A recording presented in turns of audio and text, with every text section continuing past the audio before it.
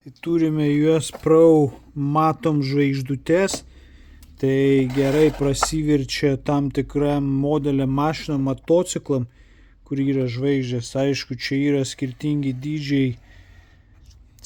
dydžiai ne tik tai žvaigždžių, bet skirtingi dydžiai įrankių taipogi. Tai net 3 skirtingi dydžiai įrankių, tai gali būti net, kad reikia adapterių.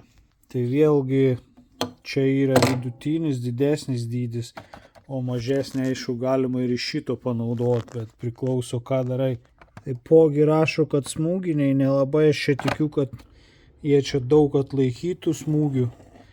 Ir matom dydžiai nuo T6 iki T70, tai 15 dalykų tikrai nėra blogai. Tai viena iš tų firmų, kur dabar skverbėsi į rinką, bet vėlgi kokybė nėra super, šiaip gan paprasti ir aišku pigus taipogi. Tai visą laiką, jeigu yra galimybė pirkti brangesnius, o jeigu nėra galimybės, tada tokius